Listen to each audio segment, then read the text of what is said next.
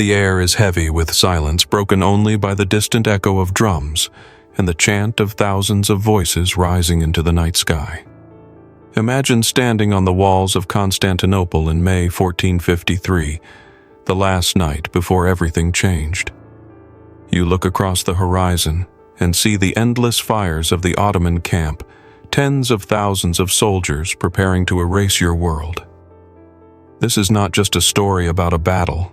It is a story about cruelty, refined into an art form, a performance of horror that still echoes through history. If you want to uncover the truth behind one of the darkest moments of civilization, subscribe now. Because this is where history reveals its most terrifying face. The tension begins long before the first cannonball. Mehmed II, only 21 years old, understood that fear is a weapon sharper than any sword. He had already begun the conquest in the minds of the defenders, crushing hope before he crushed walls. The Ottomans didn't just march with weapons, they marched with noise, with chants, with a religious fervor that felt unstoppable. Imagine the sound of 80,000 men crying out in unison day and night, shaking the hearts of 7,000 exhausted defenders. Among the many tools of terror, one stood out like a monster from another world. Orban's great cannon bronze, massive, a beast, 27 feet long, waited like a dragon at the gates. It could fire stone balls weighing over 1,200 pounds, each strike shaking the earth, each roar echoing like divine thunder. The Byzantines had refused to pay Orban for his invention, and now the same weapon they had dismissed was aimed directly at their walls. Nothing could have been more symbolic. Their inability to pay for the future now condemned them to live its destruction. When the cannon was first fired in plain sight of the city, it wasn't just a demonstration, it was a declaration. The defenders watched the ground shatter as if the world itself were breaking apart. The noise traveled 15 miles, and in every corner of Constantinople, people felt it in their bones. It was as if the heavens themselves had turned against them. Mothers clutched their children tighter, priests prayed louder, but the truth was undeniable. The Ottomans had the power to bring the city down. Fear grew not only from weapons, but from what the Ottomans did with their captives. When Byzantine sailors tried to break the blockade, they were captured alive and dragged before the walls. There, before the eyes of their families, they were impaled, lifted on long, sharpened stakes to suffer for days. Imagine the screams carried on the wind.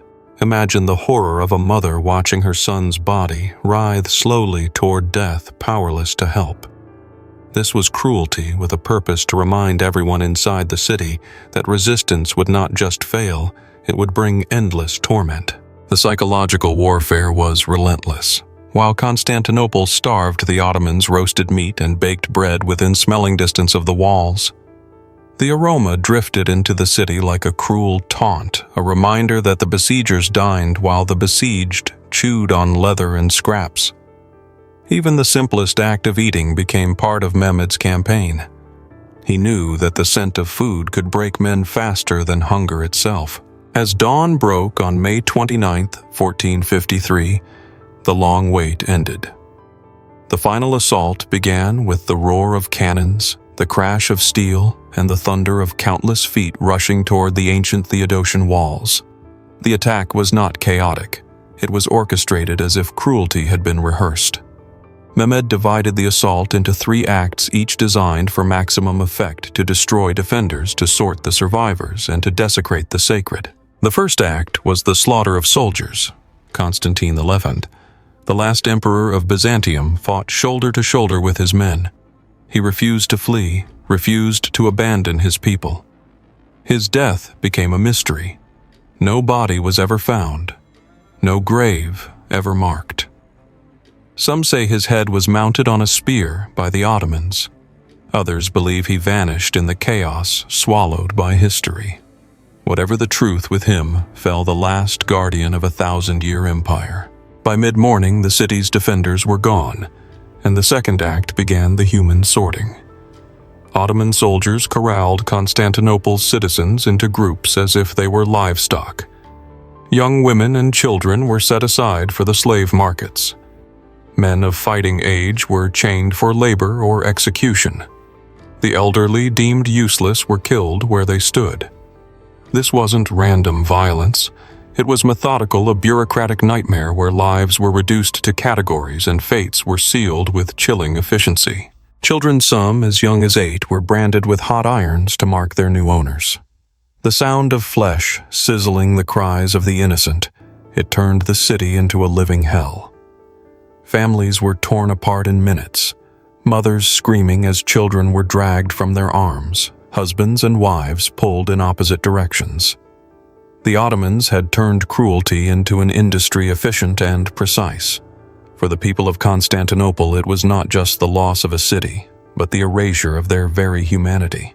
The third act of the conquest was the most shocking of all. 3,000 civilians had crowded into the Hagia Sophia, believing that its sacred walls would protect them. For centuries, churches had been sanctuaries where even soldiers dared not strike. But on this day, that tradition was shattered. Ottoman cavalry stormed into the cathedral, their hooves clattering against the marble floors, swords drawn, banners unfurled. The sanctity of the holiest church of Christendom dissolved in an instant, replaced by screams and blood. Inside those walls, prayers turned to terror. Families clutched each other as steel descended. Women cried out to saints who seemed deaf, while children screamed as they were dragged from altars. The great dome of Hagia Sophia, which had once echoed with hymns, now carried the sounds of slaughter. Over the bodies of the slain Ottoman soldiers performed the first Islamic prayer, claiming the space as their own. The most sacred building of the Byzantine world was remade in a single morning, baptized not in holy water, but in blood. By evening, the transformation was complete. Constantinople, once the shining jewel of Christendom, lay broken. Its streets ran red, its people enslaved or dead, its emperor vanished into legend. But the conquest was not remembered only for its speed or its strategy. What made it unforgettable was the cruelty, deliberate and methodical, designed not just to conquer, but to erase. The Ottomans hadn't simply taken a city. They had humiliated a civilization. Cruelty became spectacle. Impalement was not merely execution, it was theater. Skilled torturers drove stakes through captives in ways that avoided vital organs, prolonging agony for days. These human torches of suffering were displayed in public squares, a grim forest of bodies meant to terrify anyone who dared resist. Nobles received golden stakes, an insult disguised as honor. Their deaths turned into macabre ceremonies. In Constantinople, death itself had been stratified into a grotesque hierarchy. The devshirme system reached its peak in these days of conquest. Ottoman officials combed through the captive children, searching for the strongest and brightest. Boys were torn from their parents, renamed and raised as Janissaries soldiers who would one day fight against their own people. Some were castrated to serve in the Sultan's harem, a procedure that killed 9 out of 10 victims. Those who survived bore scars deeper than the body, the loss of name, faith, and identity. For the parents, the torment was endless. Imagine watching your son forced to trample a cross, to spit on the icons of your faith, to recite prayers in a foreign tongue while soldiers laughed. The cruelty was not only physical, it was psychological, engineered to break families from within. To see your own child turned into the weapon of your enemy was a wound that no generation could heal. Women suffered another form of systematic cruelty. Soldiers were given 3 days of reward, a sanctioned period where they could do as they pleased with captives. Rape became not an accident of war, but an official policy, a weapon to humiliate the conquered and to seed new generations that belonged to neither culture. The screams of those women echoed long after swords were sheathed. Their pain was written into the foundations of the new city. Even as the violence unfolded, Ottoman chroniclers wrote with chilling calm. Some described the massacres as acts of purification, cleansing Christian lands of corruption. They spoke of blood as though it were spring cleaning, necessary and routine. To them, cruelty was not horror, but duty, a divine command carried out with methodical precision. Reading their words today is like hearing someone describe a nightmare in the tone of a grocery list. European witnesses, by contrast, could not contain their horror. Venetian merchant Niccolò Barbaro described the slaughter as beyond comprehension, men killed in God's name with the same fervor Christians used in prayer. Greek chronicler Ducas likened the massacre in Hagia Sophia to a flood of blood, recording that 400 children were slain within its walls alone. His words, raw and unflinching, remain one of the few windows into the true scale of the horror. The cruelty was not random, not chaos born of passion. It was organized, structured, a system perfected for maximum psychological impact. The Janissaries took the walls, the Sipahis seized the people, the Akuncha pillaged the wealth. Each unit had its task, as if conquest had been divided like labor in a factory. If the Mongols had destroyed through terror and the Crusaders through zeal, the Ottomans combined both with bureaucracy, turning cruelty into something terrifyingly efficient. The psychological dimension of the conquest cannot be overstated. By orchestrating cruelty so publicly, Mehmed II ensured that the memory of Constantinople's fall would linger far beyond its walls. For those who survived the trauma was not just the loss of family or freedom, but the haunting images burned into their minds. Images of neighbors impaled, of priests slaughtered at the altar, of children branded like cattle. The Ottomans understood that sometimes terror is more powerful than armies, and they wielded it as their sharpest blade. The city's libraries and monasteries suffered another kind of death. Thousands of manuscripts, some containing knowledge from ancient Greece and Rome, were destroyed in the fires of conquest. Priceless texts, unique works that existed nowhere else, vanished forever. The loss was not just Byzantine, it was a wound to all of human civilization, a deletion of memory more final than death itself. Imagine an entire Wikipedia erased in one night, centuries before it could even be written. To the Islamic world, however, the conquest was celebrated as divine triumph. Mehmed II was hailed as the ultimate Ghazi, the warrior of faith who had succeeded where 8 centuries of predecessors had failed. The very acts that horrified Europeans were praised as signs of God's favor. The massacre of civilians was reframed as cleansing the enslavement of children as righteous recruitment. Here lies one of history's cruelest ironies.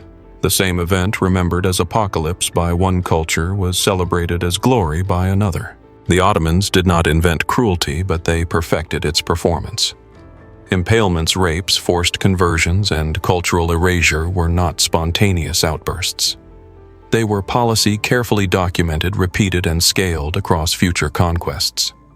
Constantinople became a template. From the Balkans to the Middle East, the methods were refined, the machinery of terror improved. What happened in 1453 was not an isolated tragedy, it was the beginning of a system. For the survivor's life in the new Istanbul was marked by silence and compromise. Greeks who remained adapted, some even serving Mehmed in his administration. Chroniclers who once wept for their fallen city later rationalized Ottoman rule, convincing themselves that mercy had been shown by ending suffering quickly. It was a kind of collective Stockholm syndrome where survival demanded forgetting, or at least pretending to forget. But beneath the surface, grief and rage smoldered. Europe trembled at the news.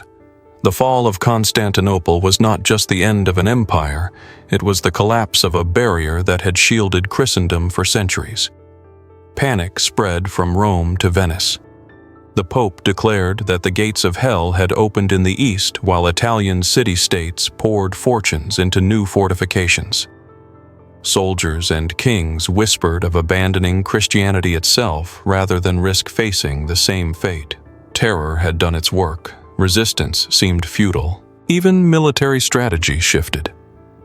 Constantinople's mighty walls, which had stood for 1,000 years, fell in a matter of weeks before Ottoman cannons. Medieval fortifications became obsolete overnight. Architects across Europe redesigned castles and cities, building angled bastions and thicker walls to withstand artillery. In a cruel twist, Mehmed's cruelty did not just conquer it, forced innovation, reshaping the very face of European warfare. The cultural memory of the conquest persisted like a wound. For centuries, Europeans spoke of the terrible Turk, an image rooted in the horrors of 1453. Plays, poems, sermons, all carried echoes of Constantinople's fall. It became more than history. It became myth, a symbol of cruelty that transcended generations. For Christians, the memory was not just of a city lost, but of civilization itself humiliated and betrayed. And yet for the Ottomans, the story was one of triumph and destiny. Istanbul rose quickly, repopulated and thriving under new rulers. Mosques replaced churches. Turkish names replaced Greek, and the scars of Byzantium faded under fresh layers of culture. Within a generation, 1,000 years of Christian civilization had been overwritten like ink on a palimpsest scraped clean. What for some was trauma became for others pride. The most chilling aspect of all was the efficiency. Religious justification provided the moral license. Political ambition gave direction. Economic incentives fueled participation. Together, these forces created a machine of cruelty that was not only effective, but sustainable. Unlike the Mongols, whose fury burned fast, the Ottomans built cruelty into their empire's foundation. It was conquest as administration, terror as governance. And Constantinople was the perfect showcase. Inside the shattered city, every street told a story of loss. Blood still ran through the gutters as fires crackled in the distance. Survivors wandered aimlessly, some searching for family members already sold, others staring blankly at the ruins of their homes. The silence was broken only by the cries of children torn from their mothers. To walk through Constantinople that day was to walk through the remains of a civilization erased in less than 24 hours. The brutality extended beyond the physical. Psychological warfare was everywhere. Survivors were forced to witness humiliations designed to shatter their spirit. Priests were made to trample crosses, nuns stripped of their habits, children paraded as trophies. Each act was calculated to remind the conquered that not even faith, the last refuge of the suffering, would remain untouched. For the Ottomans, conquest meant not just victory over land, but victory over the human soul.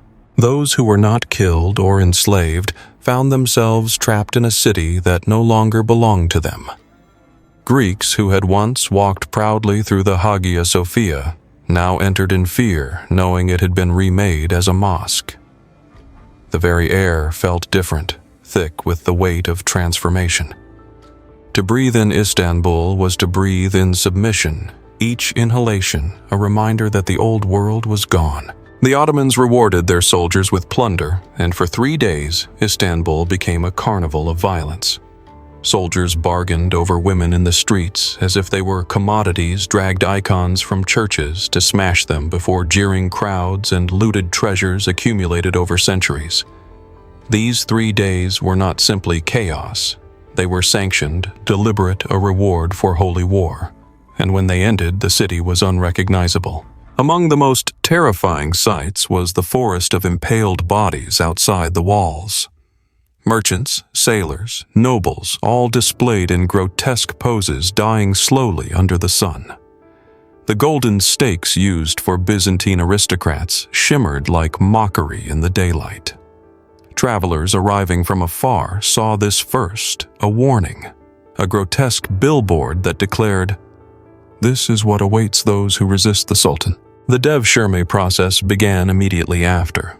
Ottoman officials scoured the ruined neighborhood, seizing boys who seemed strong, bright, or promising. Some fought and were beaten. Others clung to their mothers until torn away. Each was renamed, circumcised, and indoctrinated into Islam. For them, there would be no return, no home, no memory allowed. They became Janissaries' instruments of the same empire that had destroyed their world. The cruelty was generational. Today's victim became tomorrow's conqueror. Some of these boys were castrated to serve in the Sultan's palace. The procedure killed most, but for those who survived, a life of servitude awaited, stripped of family and future alike. These eunuchs were a chilling reminder of how conquest could twist childhood into a tool of power. Their presence in the imperial court was not just functional, it was symbolic proof that even the most intimate aspects of life could be controlled by the empire. For women, the nightmare continued in other ways. Those who were not killed were sold into markets paraded as spoils of war. Noble women were singled out for humiliation, forced to serve men who mocked their status. Even children were not spared. The trauma of these victims rippled through generations, whispered in stories carried like invisible scars that never faded. The cruelty of 1453 was not confined to the battlefield. It seeped into every corner of life. What made this cruelty so devastating was its organization. Each military group had its assigned role, each soldier his reward. The Janissaries stormed the walls. The Sipahis seized captives. The Akunchi plundered wealth. It was a division of labor worthy of an assembly line, a medieval prototype of industrialized terror. Nothing was left to chance. Even atrocity was scheduled, measured, and optimized. And yet, through it all, Mehmed II emerged as a hero in the eyes of his followers. His youth, his vision, his determination to be the one who finally conquered Constantinople all became part of a legend celebrated across the Islamic world. In their eyes, the cruelty was not excess, but evidence of divine favor. To them, the screams of Byzantines were not horrors, but hymns announcing the dawn of a new empire. This duality tragedy for one people triumph for another is what makes the fall of Constantinople one of history's most haunting events. The chronicles written in the years after the fall reveal how differently the event was remembered. Greek writers spoke with grief and fury, their words soaked in sorrow for the civilization that had been annihilated. They described streets filled with corpses, families broken, churches profaned. Ottoman chroniclers, in contrast, wrote with pride detailing the organization and efficiency of the conquest as if it were a flawless campaign of divine justice. Two narratives, one of apocalypse, one of triumph, forever intertwined. One Greek chronicler, Ducas, did not hesitate to paint the horror in detail. He wrote that the blood of the innocent flowed through Hagia Sophia like a river, and that the cries of women and children echoed for 3 days without ceasing. His account reads like a lamentation, a funeral hymn for Byzantium itself. Even centuries later, the rawness of his words makes it impossible to forget the suffering of that day. In contrast, Tursun Beg, the Ottoman historian, justified every act as a matter of faith. He wrote that purifying Christian lands required the destruction of Christian corruption. To him, massacres were cleansing a sacred duty, an unpleasant but necessary step. Reading his words is like hearing someone describe genocide as spring cleaning. Cold, methodical, chilling in its casual acceptance of cruelty. The Venetian merchant Niccolò Barbaro offered another perspective, neither Byzantine despair nor Ottoman pride, but European shock. He described men and women being killed in God's name with the same passion that Christians displayed in prayer. For Europeans used to the brutality of medieval warfare, this level of religiously sanctioned cruelty was something new, something that felt endless, justified by heaven itself.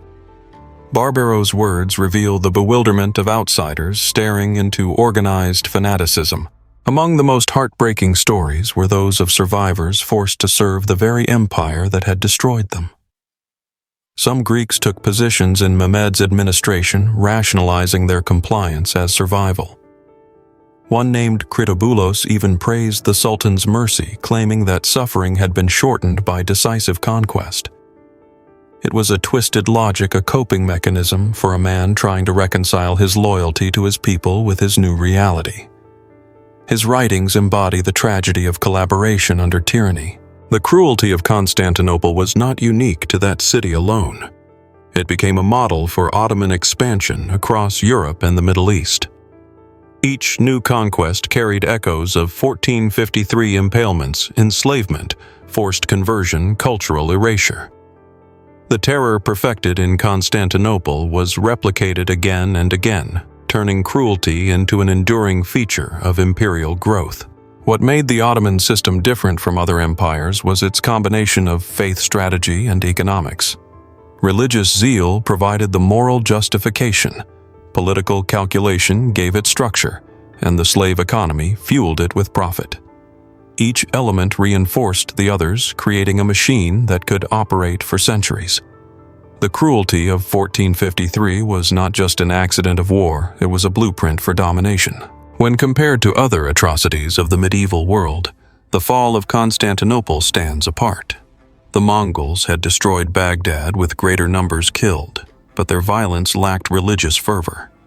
The Crusaders had massacred in Jerusalem with religious passion, but without Ottoman organization. Mehmed's conquest combined both extremes into something chillingly effective: fanaticism married to bureaucracy. It was cruelty made sustainable. The immediate aftermath for Europe was a profound sense of vulnerability. Constantinople had stood as a shield between East and West for centuries. With its fall, the door seemed open for Ottoman armies to pour into the heart of Europe. Italian city-states rushed to build fortifications, popes called for crusades, but fear weighed heavier than weapons. The memory of 1453 paralyzed resistance, leaving entire kingdoms hesitant to fight. The trauma of Constantinople lived on in Europe's collective imagination for generations. Plays, poems, sermons, and legends spoke of the terrible Turk, an enemy who seemed invincible, merciless, unstoppable. Children grew up hearing tales of the fall. Priests invoked it in sermons, kings cited it in speeches. The cruelty of 1453 became more than a historical event. It became a myth, a living specter haunting the West, shaping politics, religion, and identity for centuries. Meanwhile, in the Ottoman world, the narrative was entirely different. Mehmed II was celebrated as Fatih the Conqueror, the man destined by God to seize the city that had resisted Islam for 8 centuries. Poets praised him as chosen by heaven, imams proclaimed him the bringer of divine justice, and his people saw in him not cruelty, but glory. The very acts that horrified Europeans became, in their telling, proof of God's blessing and the fulfillment of prophecy. This split memory: glory for one side, apocalypse for the other, created one of history's most enduring contrasts. To Christians, the fall was the death of Byzantium, the extinguishing of 1,000 years of faith and tradition. To Muslims, it was the dawn of a new age, the rebirth of empire under God's will. Both narratives were true, and both were incomplete. Together, they form a story of how cruelty can be reframed depending on who survives to write the history. For those who lived through it, however, there was no triumph, only survival.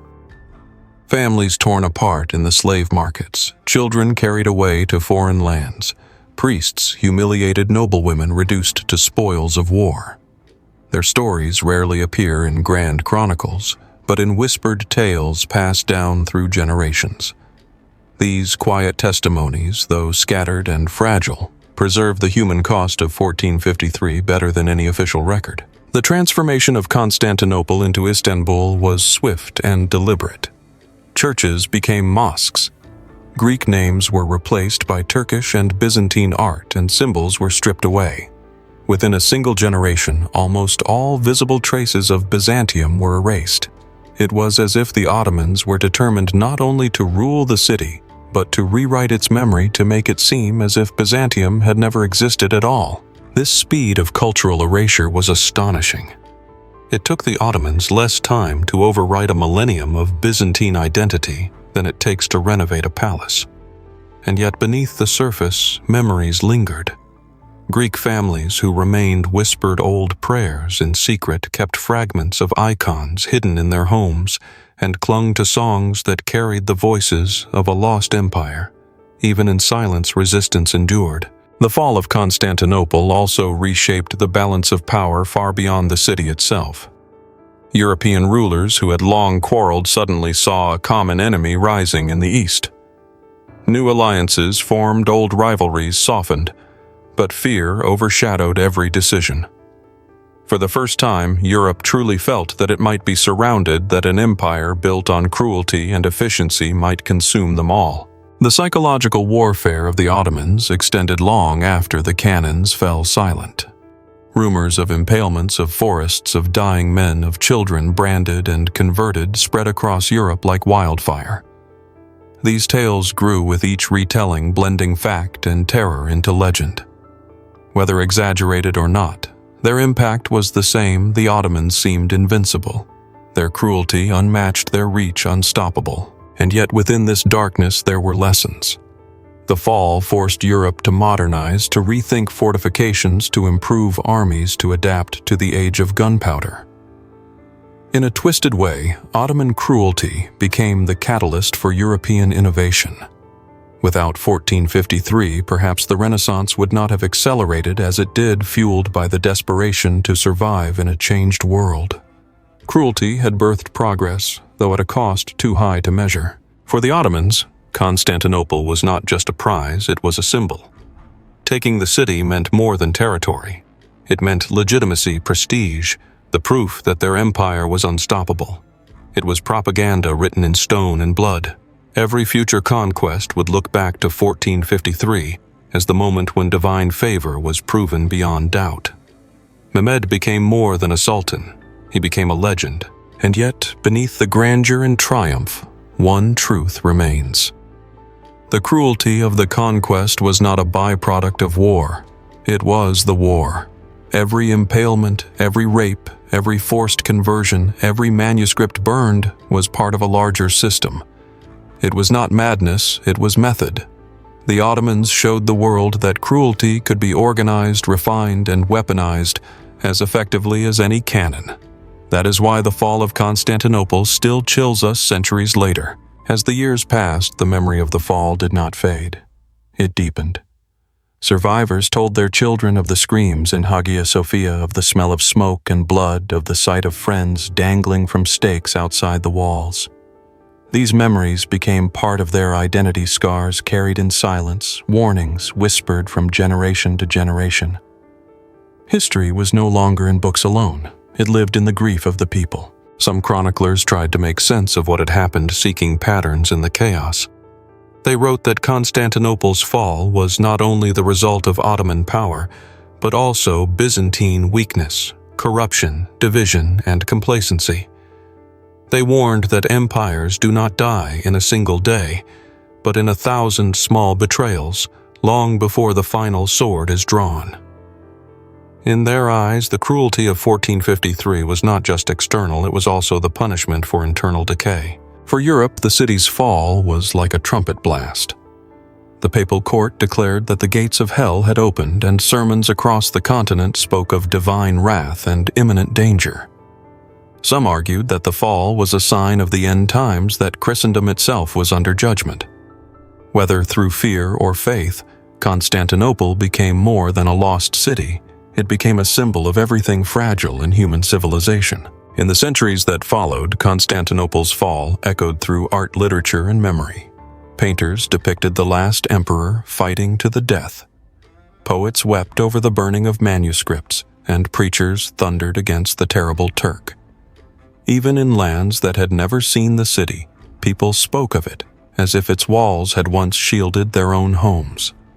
Cruelty had become myth. Myth had become warning, and yet in Istanbul itself, life continued. The markets bustled, mosques rose, and the empire flourished. To walk the streets a generation later was to see a thriving metropolis vibrant with trade and culture. The blood had dried, the screams had faded, but beneath the surface, the city's stones still remembered. Every brick, every shattered icon hidden in a cellar was a silent witness to the cruelty that had birthed a new order. What is most haunting about 1453 is not only the violence, but how familiar its logic remains. Religion used to justify atrocities. Politics used to organize them. Economics used to profit from them. These are not relics of the past, they are patterns that repeat again and again in every age. The fall of Constantinople is not just history, it is a mirror. Even today, the story raises uncomfortable questions. How many cruelties are tolerated because they are wrapped in the language of faith? How many horrors are excused because they serve political ambition? How many lives are reduced to numbers in ledgers because profit demands it? The Ottomans showed how easily ordinary people can become participants in extraordinary cruelty when the system demands obedience. The lesson of Constantinople is that civilization is fragile. 1,000 years of history, art, faith, and memory can vanish in a single day when confronted with organized violence. What seems eternal is, in truth, as breakable as the stones of a wall struck by a cannon.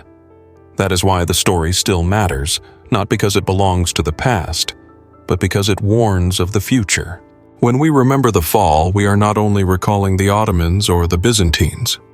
We are remembering what human beings are capable of when cruelty becomes policy, when violence is sanctified, when silence is chosen over resistance.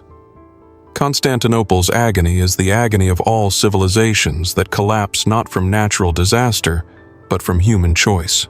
And so, as we close this story, one question remains. What horrors are unfolding around us today, ignored until it is too late? History does not repeat, but it does rhyme. And the fall of Constantinople is a verse we cannot afford to forget. If this journey into the shadows of the past has unsettled you, like, share, and comment below.